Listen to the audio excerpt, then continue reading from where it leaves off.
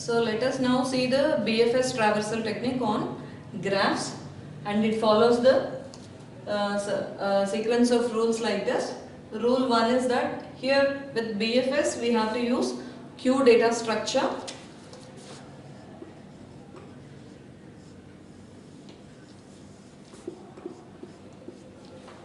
And we have to follow these 3 rules, and the first rule is that we have to visit adjacent unvisited vertex and make it visited, display it and insert into Q. This process will be repeating, and if no adjacent vertex is found, we have to remove the first value from the Q, and we have to repeat rule 1 and rule 2. Okay, let us now apply this sequence of rules for this particular graph given to us, and now we have to traverse this graph. We have to assume a source for this. Let us assume the source is S node, and following this breadth first search traversal, let us visit all the nodes, and every node has to be visited only once. If it is already visited, we should not visit it again. So, and all the nodes has to be visited. So let us start with S. So let us visit S and make it visited and display it, insert into Q. Insert into Q, where it will happen? Initially this is the rear. This is the rear, so S is inserted here, and this is only front.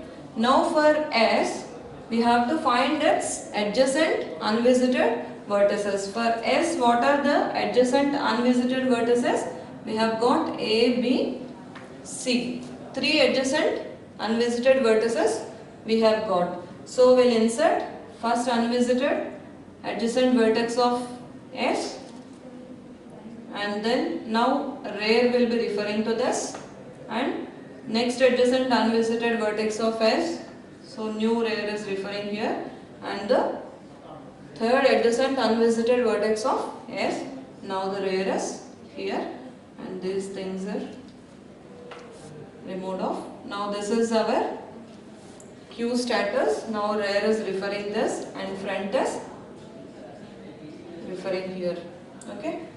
Now what we have to do is that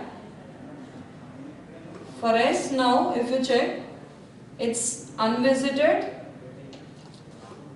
S is visited here, and now for S, it's adjacent unvisited vertices. Adjacent, all the vertices are visited, so no more adjacent unvisited vertices. So S has to be removed from the Q. Now for A, it's adjacent unvisited vertices, its adjacent vertex is D, which is unvisited. Then we have to insert that D into the Q. And then for A, any more adjacent unvisited vertices?